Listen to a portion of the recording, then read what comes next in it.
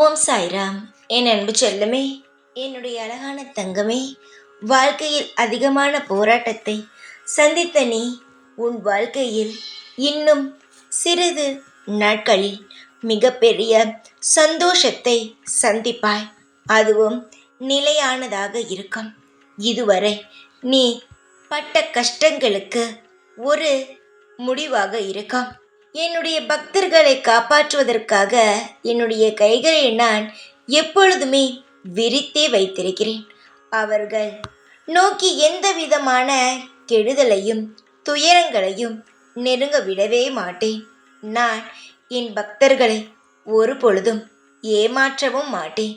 சில சமயங்களில் சில விஷயங்கள் நடக்காத பொழுது கோபமும் என் மீது எரிச்சலும் வருகிறது.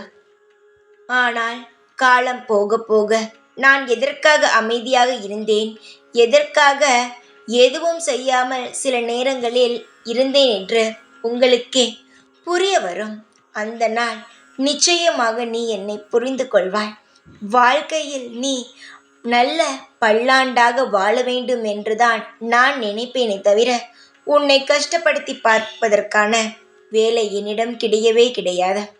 நல்ல விஷயங்களை செய்து பிரார்த்தனைகளை செய்து நீ ஒவ்வொருவருக்கும் உன்னால் முடிந்த உதவியை செய்து கொண்டு இருக்கிறாய்.